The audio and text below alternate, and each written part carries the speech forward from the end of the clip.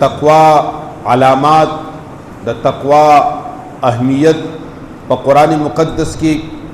د تقوا کوم اهمیت بیان دی د هغې په حوالې سره به نن زموږ موضوع ده تقوا او د تقوا علامات. دا موضوع د انتهایی اهمه موضوع ده ځکه چې تقوا د هغه بنیادی صفت دی چې انسان د الله رب العزت جل وعلا محبوب جوړی او د دنیا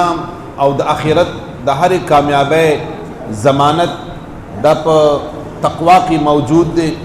تقوا هغه صفت دی چې انسان د الله رب العزت جل وعلا په محبوبانو کې شمار کوي. تقوا هغه صفت دی چې انسان کې د انبیو صفت را پیدا کیږي. تقوا هغه صفت دی چې انسان ته سکون ملاویږي، راحت ملاویږي، فلاح د دارینو د انسان ته په تقوا باندې ملاویږي. تقوا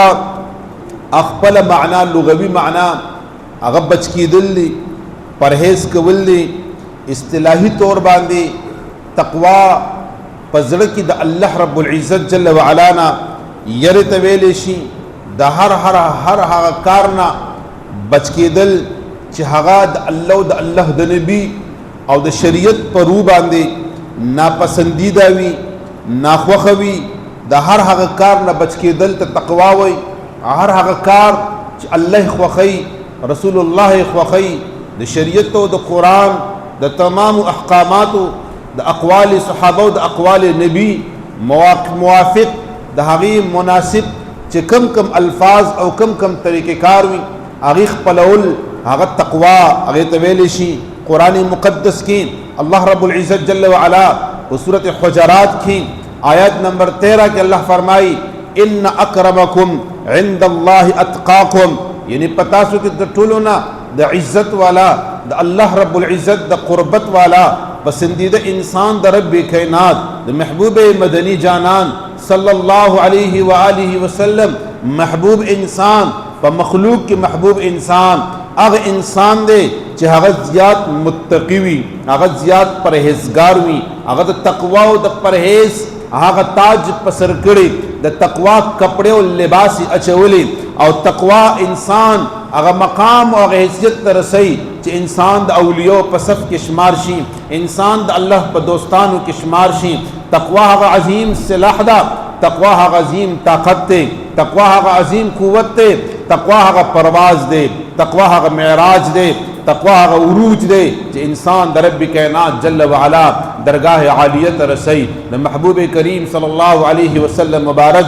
قدمین مبارک ته انسان رسی، د انسان صفت بیا جوړ شي، د انسان پہچان بیا جوړ شي، او انسان یو عظیم شخصیت طرف ته انسان لاړ شي. د دې اهمیت نه د دې نه پته لګي چې د دې اهمیت څومره دی. نو تقوا هغه څیز دی چې انسان د الله او د الله ترمنځ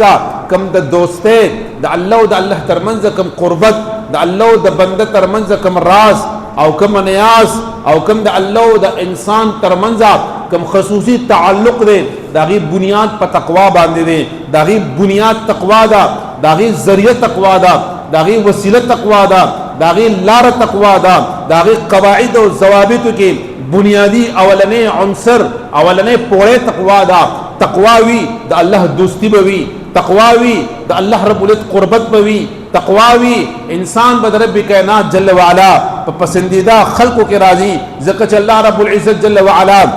قرآن مقدس کی فرمائی اللہ ولی الذین آمنوا، اللہ رب العزت جل وعلا اغه خلق دوستان جوړی، اغه خلق خپل دوستان جوړی او خپل قربت کی راولی. اغه چې کم الذین آمنوا کم ایماندار خلق وی، دنیاوی او اخروی چې کوم فلاح ده نو دام په تقوا کې پرته ده. ومن یتق الله یجعل له مخرجا، الله رب العزت طلاق کې 2 نمبر آیات کې الله رب العزت جل وعلا فرمایي چې کوم خلق د الله نه یریږي په احکاماتو کې، په اوامرو کې، په نهي کې، د شریعت او د دین په پابندۍ او په پاسدارۍ کې د محبوب مدنی جانان په اطاعت او اتباع کې د قرآن عظیم الشان د تمامو څومره رموز او حکمتونه او د دې علوم دي د هغې په تابعدارۍ کې انسان تیری نو الله رب العزت جل وعلا فرمایي چې یجعل له مخرجا رب کائنات جل وعلا با دوی ته د نجات لار به ورته الله رب العزت جل وعلا ورکی رب کائنات جل وعلا با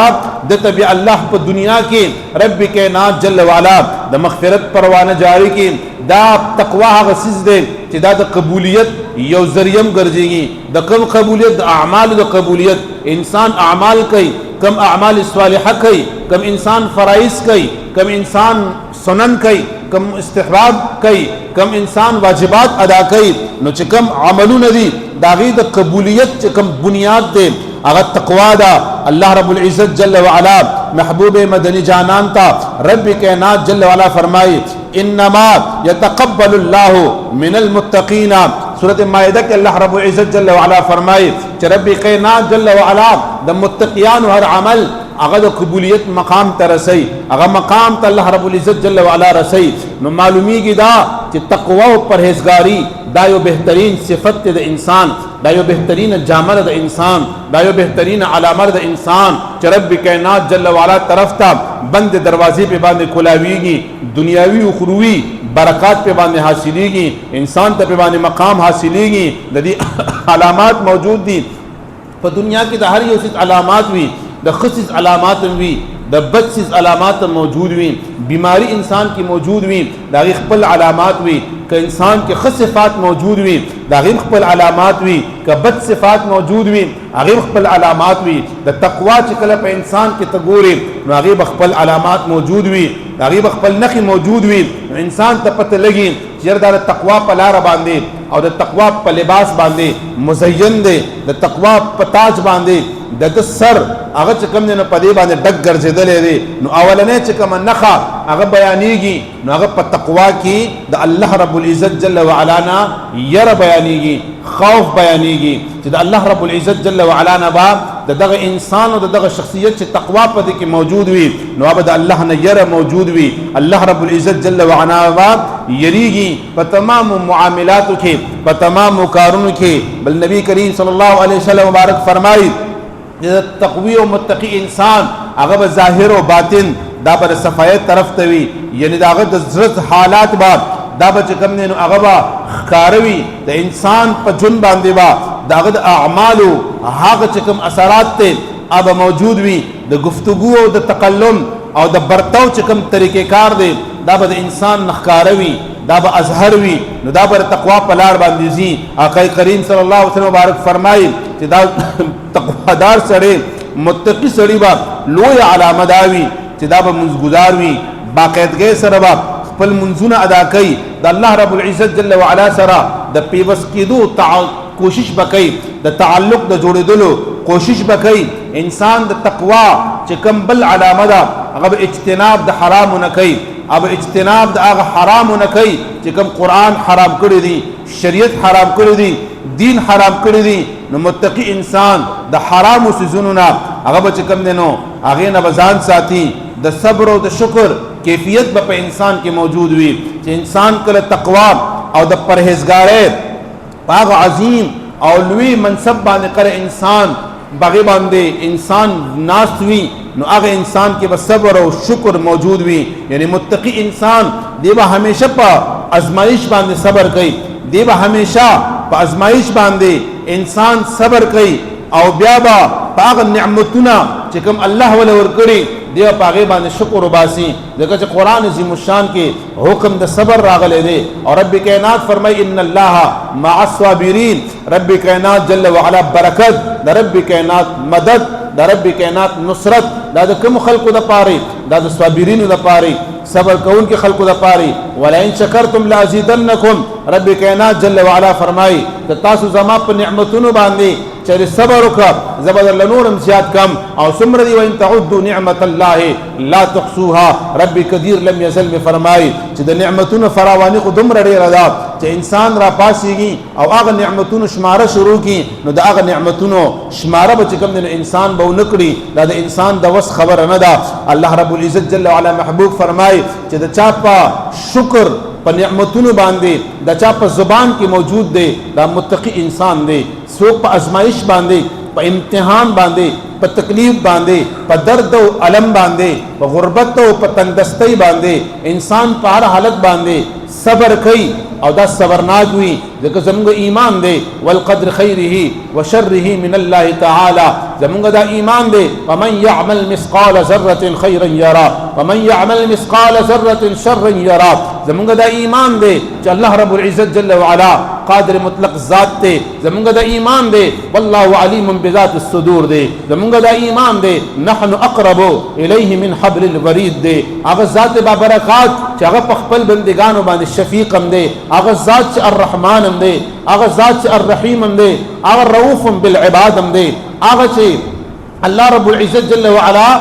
خپل ګناهګاران بخنه چې کوم دی دا د رب قدیر لم یزل خوخم دا خپل بندگانو د مغفرت نصیب ګرځي. نو دا زموږ ایمان دی چې رب قدیر لم یزل موږ له سمرا کړی دي. زموږ کم موجوده حالات دي، زموږ کم دا وخت دی، کم څه الله را کړی دي دا رب کائنات جل وعلا زما استاد ایمان د پاره، زما استاد ایمان د تحفظ د پاره دا زموږ د پاره کافی او شافی دي. هغه امام غزالی علیه الرحمه او د اولیاء طریقې کارم داو هغه مبارک دا فرمایي چې صدر سره موجود دي په موجوده حال باندې خوشاله انسان مؤمن دی، په موجوده حال باندې خوشاله انسان دا متقی او پرهیزګار دی. یعنی هر هغه انسان چې په کوم حال باندې موجود وي او په هغه باندې الله رب العزت جل وعلا شکریا ادا کی دا متقی انسان دی. ولی زموږ ایمان دی انا لله و انا الیه راجعون. دا زموږ ایمان دی، دا زموږ د جوی او زموږ د زبان او زموږ د خلو دغه یو کلام دی انا لله چې مونږ او زموږ مال،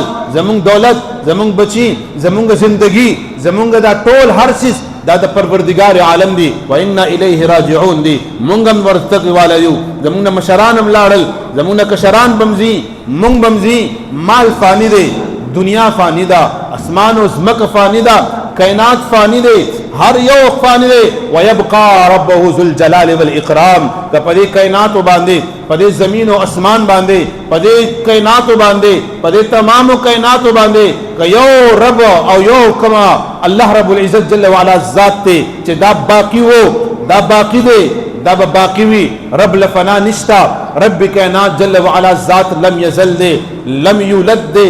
لم یولد دے اغذات لا ولد له لا والد له لا مشبه له لا وزیر له لا شبه له. اغذات تے اغا خپل ذات کی یقتا دے، نے مثل شتا، نے مثال شتا، نے مشابه شتا، نے سو د طاقت موافقتا. اغا رب کائنات جل وعلا وحده لا شریک ذات تے اغا ذات میں صرف فنا نشتا، اغا ذات میں زوال نشتا. نور پا کائناتو کی ہر یو زی روح لا،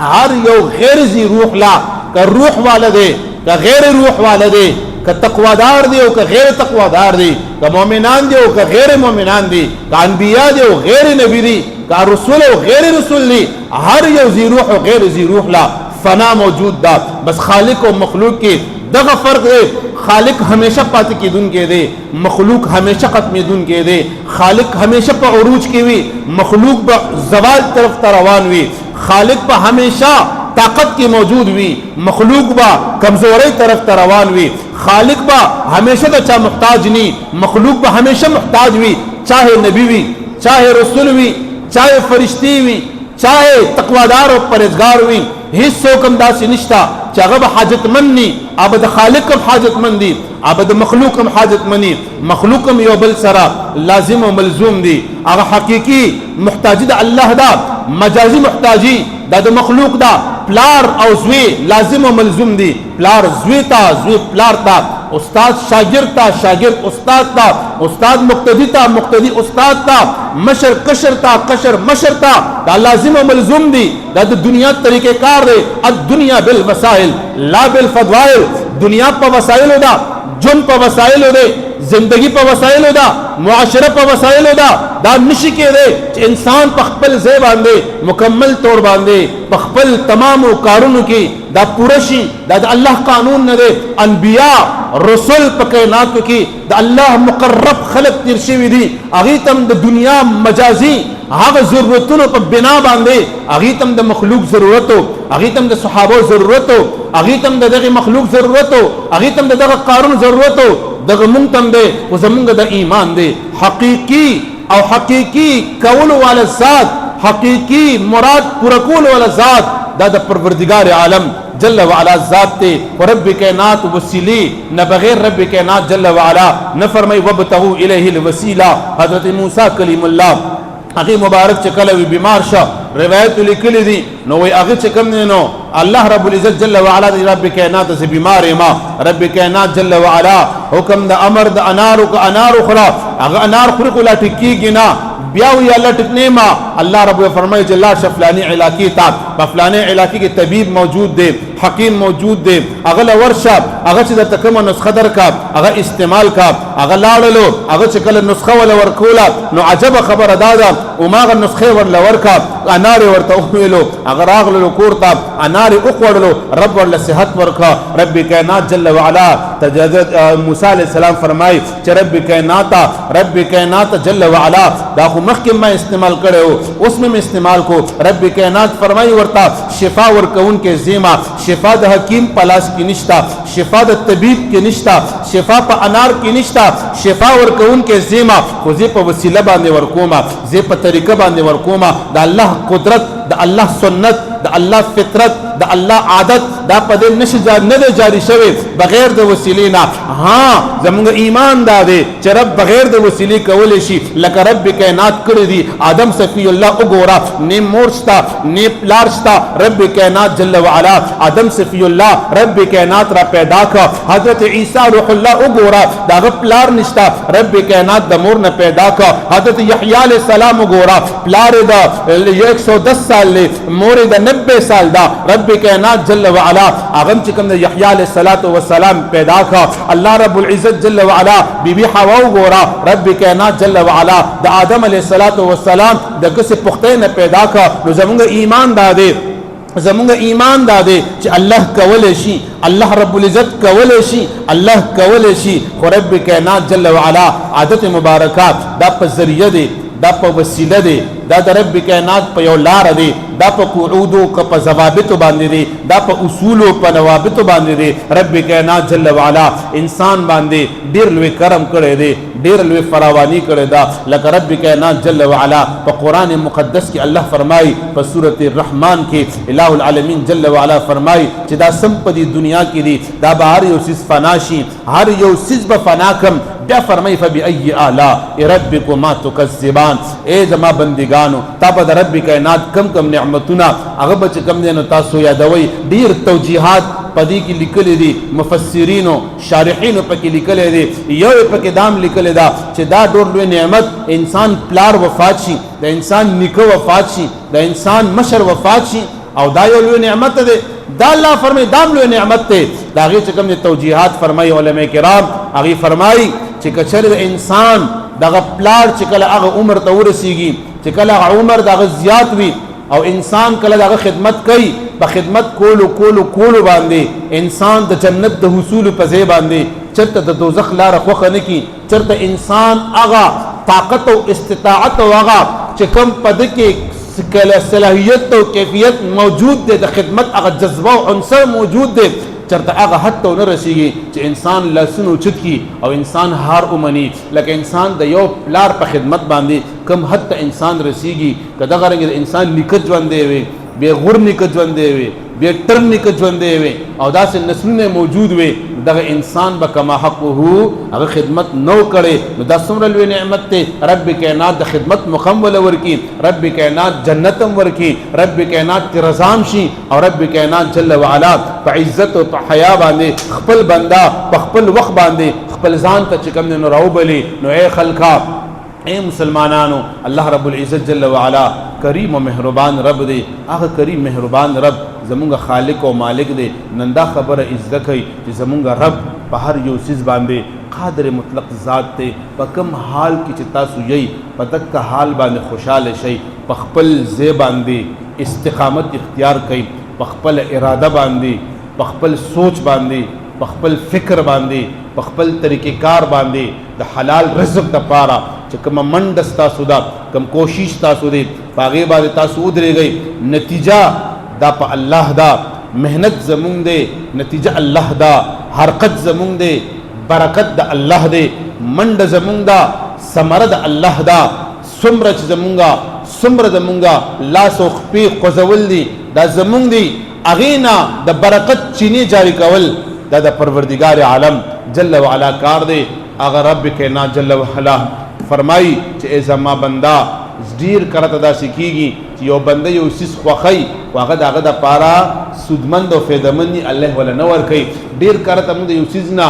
مونږ وایو چې دا څیز زمونږ نه دی خوښ او مونږ ته د کراهیت اظهار کوو مونږ د ناپسندیدګۍ اظهار کوو بیا هم الله مونږ له راکوي نو دې کې زمونږ دپاره ډېر لوی خیر پروت دی کریم پروردګار عالم جل وعلا دی زمونږ او ستاسو په هر قدم باندې خیر نصیب کړي الله دې د هرې بېخیرۍ نه مونږ وساتي الله دې د هر غم نه مونږ وساتي خوشحالي اتفاق اتحاد مینا یووالی الله رب العزت همیشه زمونږ او زمونږ د نسلونو مقدر وګرځوي واخر دعوانا ان الحمد لله رب العالمین.